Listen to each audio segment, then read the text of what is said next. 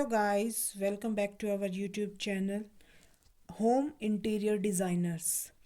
इस चैनल के ऊपर हम स्टार्टिंग से और लास्ट तक का पूरा इंटीरियर्स का हर एक बारीक से बारीक चीज़ को समझेंगे कि कहाँ पे कौन सी चीज़ को कैसे प्लेस किया जाना चाहिए, कौन सी उसकी मेज़रमेंट होनी चाहिए। और सबसे पहले वीडियो में हम स्टार्ट करने जा रहे हैं कि जो हमारी फंडामेंटल नेसेसिटीज़ हैं, जो सबसे बेसिक ज़रूरतें हैं किसी भी घर को बनाने के लिए, वो क्या होती हैं। इसमें हम इंटीरियर का नहीं देख रहे हैं, हम देख रहे हैं कि सबसे पहले बेसिक नीड क्या है कि अगर हमें किसी घर को बनाना है तो हमें कहाँ से शुरू करना चाहिए। इसमें सबसे पहले सबसे बेसिक फंडामेंटल नेसेसिटी आती है हमारी लैंड और प्लॉट का सिलेक्शन। ठीक है, अगर हम किसी एरिया में अपनी ज़मीन देखने जा रहे हैं या फिर कोई प्लॉट देखने जा रहे हैं तो उस वक्त हमें कौन कौन सी चीज़ों का ध्यान रखना चाहिए ताकि हमारा घर अच्छा और स्टेबल बने। उसमें कुछ चीज़ें बहुत इंपॉर्टेंट होती हैं, जैसे लोकेशन, कि आपके जो घर के लिए आप प्लॉट देख रहे हो उसकी लोकेशन क्या है। लोकेशन में सबसे इम्पोर्टेंट पॉइंट्स ये आता है कि वो एक ऐसी लोकेशन पे होना चाहिए जहाँ से स्कूल, हॉस्पिटल, मार्केट्स या फिर जो ट्रांसपोर्ट्स हैं वो इजीली अवेलेबल हों, सारी फैसिलिटीज़ वहाँ पे हों। दूसरा है प्लॉट का साइज़। जो प्लॉट का साइज़ है वो डिपेंड करता है, हो सकता है अगर किसी के पास बहुत बड़ी फैमिली है, जैसे दादा दादी, मम्मी पापा, चाचा चाची, तो वो यूजुअली थोड़ा बड़ा साइज़ का प्लॉट प्रेफर करते हैं। लेकिन जिनकी फैमिली छोटी है तो वो यूजुअली थोड़ा छोटा प्लॉट भी देख लेते हैं। तो अपनी फैमिली के अकॉर्डिंग लोग प्लॉट के साइज़ को प्रेफर करते हैं। नेक्स्ट है सोयल क्वालिटी। जहाँ पे आप प्लॉट देखने जा रहे हो वहाँ पे सोयल की क्वालिटी क्या है। अब इसका और घर बनाने का क्या लेना देना, क्योंकि लोगों को इसके बारे में पता ही नहीं है। सब लोग क्या करते हैं, प्लॉट देखते हैं, उसकी लोकेशन तो देख लेते हैं कि हाँ हर जगह पे एक्सेस है, बट सोयल क्वालिटी से वो सोचते हैं कि इससे हमें क्या लेना देना। बट सोयल क्वालिटी जो है वो फाउंडेशन की स्टेबिलिटी के लिए, जो हमारी नीव्स रखी जाती हैं उनकी स्टेबिलिटी के लिए एक बहुत इंपॉर्टेंट फैक्टर है। नेक्स्ट है रोड एक्सेस। जहाँ पे हमारा प्लॉट है वहाँ पे रोड का एक्सेस होना चाहिए कम से कम 20 से 30 फीट का रोड। ठीक है, ऐसा नहीं है कि आप किसी भीड़ी सी या पतली सी गली में जाके प्लॉट ले लो और फिर आप बाइक के अलावा गाड़ी है या कुछ भी है उसके अंदर घुसे ही ना। तो आपको रोड का एक्सेस भी देखना है। नेक्स्ट है लीगल क्लियरेंस, यानी सारे डॉक्यूमेंट्स जो हैं वो अच्छे से होने चाहिए, सारी परमिशंस आपके पास होनी चाहिए। नेक्स्ट है ओरिएंटेशन। जो हम प्लॉट देखने जा रहे हैं उसकी ओरिएंटेशन क्या होनी चाहिए, वो कहाँ पे होना चाहिए। बेटर सनलाइट के लिए हम लोग मोस्टली प्रेफर करते हैं नॉर्थ और ईस्ट फेसिंग प्लॉट्स, जिसमें जो सनलाइट है वो अच्छे तरीके से आती है। तो यहाँ पे ये कुछ पॉइंट्स थे जो हमें अपने ध्यान में रखने चाहिए अगर हम किसी लैंड या प्लॉट का सिलेक्शन कर रहे हैं अपना घर बनाने के लिए। नेक्स्ट फंडामेंटल नेसेसिटी है house layout and architectural design, कि हमारे घर का नक्शा जो बोलते हैं ना हम बेसिक भाषा में, कि नक्शा बनाना। कई बार लोग क्या करते हैं, अच्छी जगह ले लेते हैं, अच्छी ज़मीन ले लेते हैं, सारी चीज़ें अच्छे से कर लेते हैं, लेकिन कुछ पैसे बचाने के चक्कर में वो आर्किटेक्ट से अपना डिज़ाइन नहीं बनवाते हैं, अपना मैप नहीं बनवाते हैं, जिसके कारण बाद में बहुत सारी ऐसी चीज़ें होती हैं जिन्हें उन्हें बहुत प्रॉब्लम्स फेस करनी पड़ती हैं। अब इसमें सबसे ज़्यादा ज़रूरी पॉइंट्स कौन कौन से हैं, चलिए देखते हैं। जो असेंशियल स्पेस, सबसे पहले हमें डिसाइड करना है कि हमारे जो घर बना रहे हैं हम या जो हम अपना मैप बनवा रहे हैं उसमें रूम्स कितने चाहिए हमें। ठीक है, किचन कैसा चाहिए, बड़ा चाहिए छोटा चाहिए, लिविंग एरिया बड़ा चाहिए या छोटा चाहिए। तो हमें सबसे पहले ये डिस्क्राइब करना होगा कि हमें उसमें चाहिए क्या क्या, जैसे living room, drawing room, bedroom 2 से 4, जो आपकी फैमिली का साइज़ हो। छोटी फैमिली है तो 2-3 में भी काम चल जाता है, बड़ी फैमिली है तो 4-5 बनते हैं। ठीक है, क्योंकि एक गेस्ट बेडरूम भी होता है। फिर किचन और dining area, bathrooms, toilets, utility laundry area जहाँ पे वॉशिंग मशीन वगैरह रखी जाती हैं, स्टेयरकेस, सीढ़ियाँ अगर डुप्लेक्स बना रहे हो तो, स्टोरेज का स्पेस, और बालकनी और टेरेस। बालकनी टेरेस यानी ओपन स्पेस भी कुछ चाहिए होता है हमें अपने घर के अंदर। ठीक है, और इसमें जो हम बोलते हैं कि हमें आर्किटेक्ट से डिज़ाइन बनवाना चाहिए, उसमें जो डिज़ाइन के फैक्टर्स हैं वो क्या क्या होते हैं।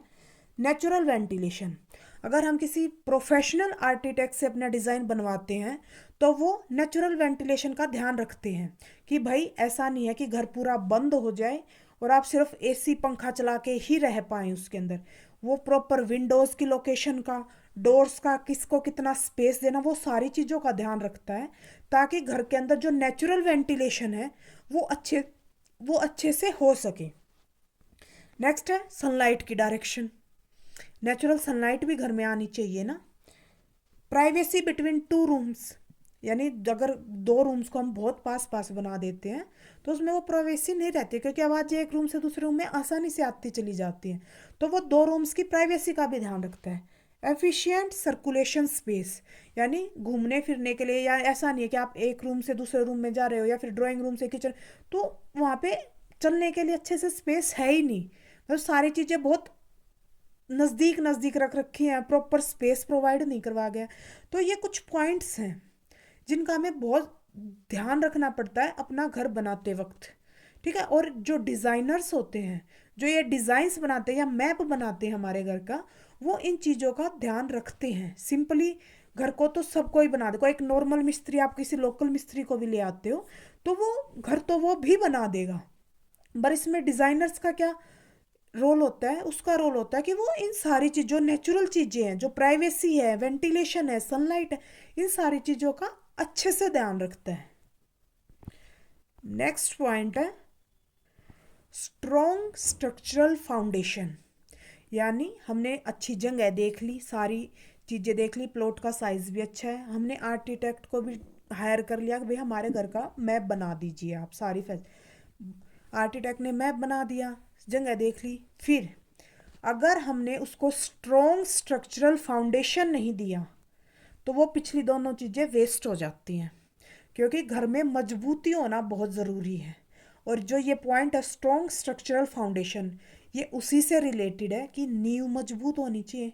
ऊपर जैसे हम लेंटर वगैरह डालते हैं, सरिये वगैरह का यूज़ करते हैं, बीम वगैरह का यूज़ करते हैं, तो हमें अपने घर को एक मजबूती प्रोवाइड करनी है, क्योंकि घर डेली डेली नहीं बनता है किसी से भी। तो देखते हैं इसमें जो फाउंडेशन है, जो स्ट्रॉन्ग स्ट्रक्चरल फाउंडेशन है, वो एक बहुत क्रिटिकल स्ट्रक्चरल कंपोनेंट है किसी भी घर के लिए। ठीक है। उसमें क्या क्या एलिमेंट्स यूज़ होते हैं? बेसिक जो स्ट्रक्चरल एलिमेंट्स हैं वो हैं footing and foundation, RCC column and beams, जो कॉलम साइड में हम खड़े करते हैं, बजरी का, कंकर का बना के लंबे लंबे कॉलम्स खड़े करते हैं। ठीक है। फिर load bearing walls, roof slabs जो हम लेंटर डालते हैं, अर्थक्वेक रेजिस्टेंस डिज़ाइंस, कुछ एरियाज़ के अंदर ये बहुत ज़रूरी होते हैं। जैसे कुछ एरिया, जैसे जो जहाँ पे जो अर्थक्वेक है वो मोर यूजुअली आता रहता है, तो वहाँ पे इस फीचर का ध्यान रखना बहुत ज़रूरी हो जाता है। ठीक है। और इनमें जो बेसिकली मटेरियल क्या यूज़ किया जाता है, सीमेंट यूज़ की जाती है, स्टील का यूज़ किया जाता है, सैंड और एग्रीगेट्स का यूज़ किया जाता है, और ब्रिक्स और कंक्रीट ब्लॉक्स का यूज़ किया जाता है। वही नॉर्मल सामान जो हम डेली अपना घर बनाने में या अपने आसपास भी देखते हैं कोई घर बना रहा था वो यूज़ करता है, इसमें कुछ ऐसा स्पेसिफिक नहीं है। अब नेक्स्ट पॉइंट क्या है इसमें? इसमें नेक्स्ट पॉइंट है असेंशियल यूटिलिटीज़ एंड इंफ्रास्ट्रक्चर। अब हमने लैंड ले ली, डिज़ाइन बनवा लिया, स्ट्रॉन्ग स्ट्रक्चरल फाउंडेशन भी बनवा ली, पूरा घर बन के तैयार है। अब उसमें क्या क्या यूटिलिटीज़ की हमें ज़रूरत है और इंफ्रास्ट्रक्चर्स की ज़रूरत है। उसमें क्या आता है? फर्स्ट है इलेक्ट्रिकल सिस्टम। घर में लाइटिंग की तो ऑब्वियस ज़रूरी है, लाइट तो हर चीज़ में चाहिए होती है हमें, लाइटिंग की, फ़ैन चलाने के लिए, एसी के लिए, माइक्रोवेव के लिए, मतलब हर चीज़ के लिए। तो electrical system, main distribution board, एक मेन बोर्ड होता है घर में सभी के में जहाँ से पूरे घर में लाइट जाती है। वायरिंग और सेफ्टी ब्रेकर्स होते हैं। एडवोकेट पावर आउटलेट्स, जो पावर के आउटलेट्स होते हैं वो प्रॉपर हर एक रूम में अलग अलग हर जगह पे लगाए जाते हैं, ताकि किसी को भी जो इलेक्ट्रिकल रिक्वायरमेंट है उसकी डेफिशिएंसी फील ना हो। अब आपने देखा होगा हर एक रूम में एक दो इलेक्ट्रिकल सॉकेट ज़रूर होता है। ठीक है। वॉशरूम्स में भी होते हैं, किचन में भी होते हैं, तो वो सारी चीज़ें बहुत अच्छे से ध्यान रखा जाता है। नेक्स्ट है वाटर सिस्टम। वाटर सिस्टम एक अंडरग्राउंड वाटर सिस्टम, पानी के स्टोरेज के लिए आजकल लोग बनाने लगे हैं कि हो सकता है भाई कहीं भी पानी ना आए या कुछ भी ज़रूरत है तो एक अंडरग्राउंड वाटर सिस्टम बनाने लगे हैं। ठीक है, फिर ऊपर जो हम टंकियाँ रखते हैं, ठीक है, जहाँ से पूरे घर में पानी आता है। ठीक है, फिर प्लम्बिंग का नेटवर्क, ये सारी चीज़ें वाटर सिस्टम के अंदर आती हैं। फिर ड्रेनेज, सीवर कनेक्शन और सेप्टिक टैंक। ड्रेनेज में क्या होगा, जो भी गंदा पानी जैसे किचन से निकलता है या फिर वॉशरूम्स वगैरह से निकलता है, उसका एक प्रॉपर बनाया जाता है कनेक्शंस वगैरह, वो आता है हमारे ड्रेनेज के अंदर। नेक्स्ट है ऑप्टिकल अपग्रेड्स। जो ऑप्टिकल अपग्रेड्स जो आज के टाइम में आ गए हैं वो क्या है, सोलर पैनल्स आ गए हैं, रेन वाटर हार्वेस्टिंग आता है और होम ऑटोमेशन आ गया है। जैसे आपने घरों में देखा होगा एलेक्सा वगैरह किसी पे भी बोलने से ही लाइटें ऑन हो जाती हैं, पर्दे खुल जाते हैं, फैन ऑन हो जाते हैं, तो वो एक ऑटोमेटिक सिस्टम्स आ गए हैं। ये कुछ असेंशियल यूटिलिटीज़ और इंफ्रास्ट्रक्चर्स हैं जो हमारे घर में आज के टाइम पे ज़रूरी हैं।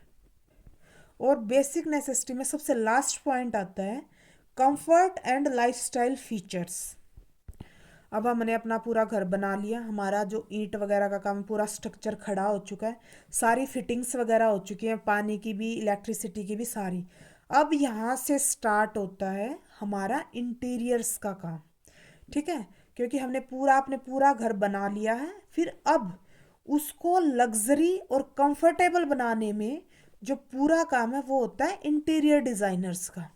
ठीक है, गुड इंटीरियर डिज़ाइन होना चाहिए। आपको किस हिसाब का चाहिए, आपको ट्रेडिशनल में जाना है, आपको मॉडर्न में जाना है, आपको लग्जरी में जाना है, या आपको अल्ट्रा लग्जरी में जाना है। इसमें भी बहुत अलग अलग वैरायटीज़ होती हैं, वो हम धीरे धीरे इस चैनल पे कवर करेंगे। मॉड्यूलर किचन, किचन का स्टाइल कैसा रखना है, एल शेप रखना है, यू शेप रखना है, आइलैंड शेप रखना है, वो सारी चीज़ें। कंफर्टेबल बेडरूम्स, बेडरूम्स कंफर्टेबल मतलब वहाँ पे सबसे ज़्यादा रिक्वायरमेंट होती है जहाँ पे आप सोते हो, यानी बेड्स का कंफर्ट, कौन सा मैट्रेस लेना चाहिए, बेड का साइज़ क्या होना चाहिए, कौन सी डायरेक्शन में होना चाहिए। तो ये सारी फीचर्स में हमारा इंटीरियर बहुत काम आता है। प्रॉपर लाइटिंग, किचन हुआ, बाथरूम हुआ, लिविंग एरिया हुआ, बेडरूम हुआ, आप कहाँ भी कितनी भी अच्छा कुछ कर लो, अगर लाइटिंग वहाँ पे अच्छी नहीं है तो वो चीज़ अच्छी नहीं लग सकती। गार्डन और ओपन स्पेस, पार्किंग और गैरेज और सिक्योरिटी सिस्टम, जो ये सारी चीज़ें आती हैं यहाँ से फिर स्टार्ट होता है इंटीरियर्स का काम। ठीक है, कि आपने सारा घर बना लिया, एक स्ट्रक्चर तैयार कर लिया, अब उसको डिज़ाइन कैसे करना है, ये सबसे इम्पोर्टेंट 5 बेसिक चीज़ थी जो किसी भी घर को बनाने के लिए बहुत ज़रूरी है। अब लास्ट में हम ये देखते हैं कि जो सिंपल फॉर्मूला है किसी भी ड्रीम हाउस को बनाने के लिए वो यही है, गुड प्लॉट होना चाहिए, स्मार्ट डिज़ाइन होना चाहिए। ठीक है, डिज़ाइन यानी जो आर्किटेक्ट का होना है, फिर स्ट्रॉन्ग स्ट्रक्चर होना चाहिए और उसमें सारी यूटिलिटीज़ होनी चाहिए, और फिर लास्ट में जो है फिर इंटीरियर्स का काम शुरू होता है। ठीक है, तो ये थी हमारी फर्स्ट वीडियो। आगे आगे हम सारी चीज़ों को बहुत बारीकी से और एक एक पॉइंट को कवर करेंगे। कौन सी कंपनी के मैट्रेस लेने चाहिए, कौन सी कंपनी के आपको टैप वगैरह लगाने चाहिए, कौन सी कंपनी की फिटिंग्स वगैरह लेनी चाहिए, ये सारी चीज़ें जो जो इंटीरियर में आता है हम सब इस चैनल पे कवर करेंगे। तब तक के लिए बाय बाय। अगर वीडियो पसंद आ रही है तो please like share and subscribe my channel.